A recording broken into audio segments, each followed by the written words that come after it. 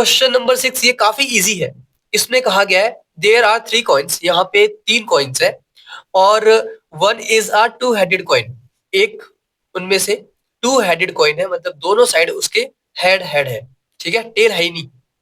फिर another is a biased coin. Biased मतलब होता है छेड़खानी किया हुआ कॉइन, मतलब उसके अंदर कुछ छेड़खानी कर रखा है, कुछ ऐसा कर रखा है जिसकी वजह से कि comes up head 75% of the time, कि हेड ना वो 75% आ रहा है, ज्यादा बार आ रहा है टेल से, समझ रहे हो? जो हेड आने की चांसेस है वो ज्यादा हो गई है क्योंकि वो बाइस्ड है, मतलब क्योंकि उसमें कुछ छेड़खानी की गई है। ओके। और अगली जो बात कही गई है कि वो third coin is unbiased coin, मतलब जो तीसरा कॉइन है वो क्या है, अनबाइस है, मतलब उसमें कोई भी छेड़खानी नहीं की गई है। ठीक है, तो E1 क्या है, टू हेडेड कॉइन। E2 क्या है, बाइस्ड कॉइन। E3 क्या है, कॉइन इज अनबाइस्ड, जिसमें कोई भी छेड़खानी नहीं की गई है। ओके। अब निकालने की इसकी प्रोबेबिलिटी है और क्या गिवन है वो देखो। One of the three coin is chosen at the random, तीनों में से कोई एक कॉइन रैंडमली चूज कर रहे हैं, एंड टॉस, और टॉस कर रहे हैं। इट सोज हेड, क्या मिला, हेड मिला। तो जो मिलता है उसे हम क्या लेट करते हैं, ए लेट कर लेते हैं। तो let A is a head. Okay. तो अब थोड़ी सी लास्ट लाइन पढ़ने से पहले इनकी प्रोबेबिलिटी भी निकाल लेते हैं। पी ऑफ E1 क्या आएगा बताओ, 3 कॉइन्स है, इसकी पूछ रहा हूं तो मुझे क्या मिलेगा, 1/3 मिलने वाला है। Same to same P of E2 क्या मिलेगा, E2 एक कॉइन है और टोटल कॉइन्स कितने हैं, टोटल हमारे पास 3 कॉइन है। वैसे ही पी ऑफ E3 क्या मिलने वाला है, 1/3, सेम टू सेम वही वाली बात, एक कॉइन, टोटल कॉइन्स हमारे पास 3 है तो 1/3। ओके। इसके बाद यहाँ पे ए क्या है, हेड। अगर मैं इसकी बात करूं तो बताओ इसमें क्या चांस है, कितनी प्रोबेबिलिटी है कि हेड आएगा, ए आएगा। ए क्या है हमारा, हेड, किसमें, E1 में। तो आप बोलोगे सर इस सिक्के में तो दोनों साइड हेड है, तो अगर मैं टॉस करूंगा तो मुझे हर बार हेड ही तो मिलेगा। बिल्कुल सही। तो इसमें प्रोबेबिलिटी होगी हमारी 1। ओके।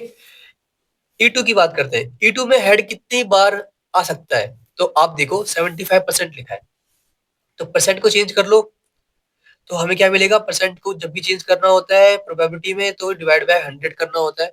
तो हमें 75/100 करना है, तो 75% को प्रोबेबिलिटी में चेंज कर लो तो ये आ गया हमारे पास 0.75।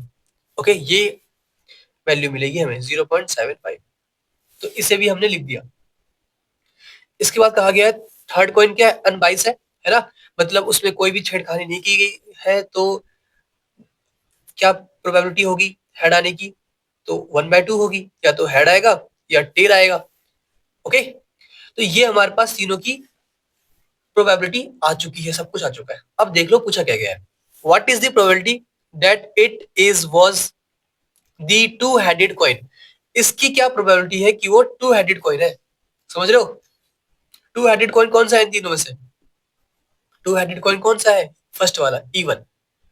तो E1 की प्रोबेबिलिटी हमें निकालनी है, टू हेडेड कॉइन की प्रोबेबिलिटी निकालनी है, और क्या मिला है हमें, हमें हेड मिला।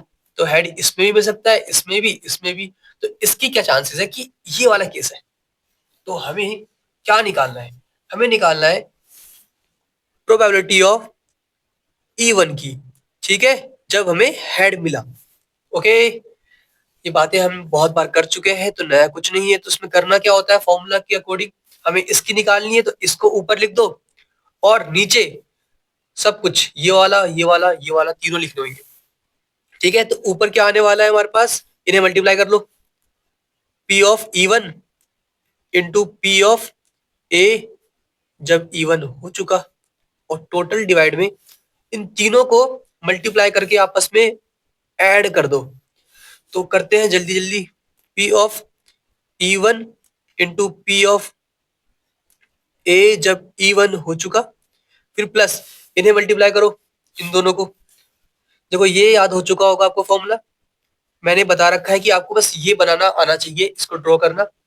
और ये फॉर्मूले बनाने तो कुछ भी काम हार्ड नहीं है, आपको इनको आपस में मल्टीप्लाई करके ऐड करना होता है, नीचे करने के लिए ऊपर जिसकी प्रोबेबिलिटी पूछी जाएगी वो लिखना होता है बस। ठीक है, इसकी पूछी गई है तो हमने इनको मल्टीप्लाई करके ऊपर लिख दिया। अब नीचे टोटल लिखना है, तो इनको मल्टीप्लाई करो प्लस इनको मल्टीप्लाई करो प्लस इनको मल्टीप्लाई करो। ओके, तो अब मैं इनको मल्टीप्लाई कर रहा हूं, तो यहाँ पे इनटू में क्या है, पी ऑफ ए जब E2 हो चुका, ठीक है, ये हमारा E2 था, और plus P of E3 into P of A जब E3 हो चुका। ए हमारा क्या है, हेड।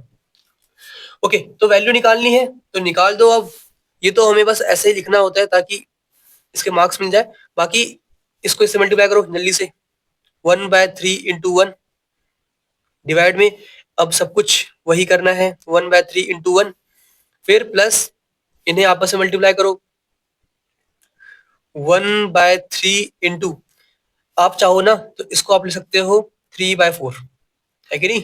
ये क्या है हमारे पास, 3/4, ठीक है, पॉइंट हटा दो, नीचे 100 आ जाएगा, तो 25 से कैंसिल कर दो, 3/4 आएगा। तो मैं यहाँ पे 3/4 लिख रहा हूँ, मर्जी है, लिखना है लिख लो, नहीं लिखना मत लिखो, वैसे ही मल्टीप्लाई कर लो।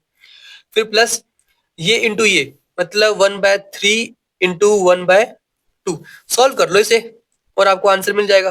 तो ऊपर आने वाला है हमारे पास 1/3, नीचे 1/3, इससे ये कैंसिल हो गया, तो प्लस का 1/4 और प्लस का 1/6।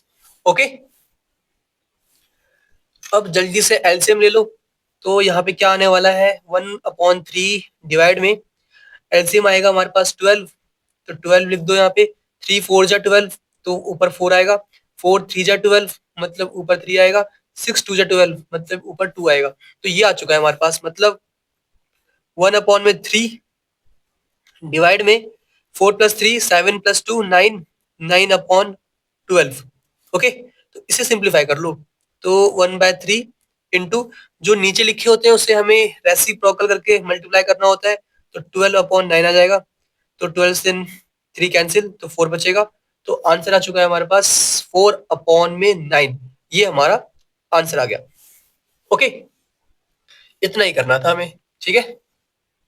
और वीडियो अच्छी लगी हो तो लाइक सब्सक्राइब कर दिया करो, उससे मुझे मोटिवेशन मिलती है और मैं जल्दी जल्दी वीडियो अपलोड करता हूँ।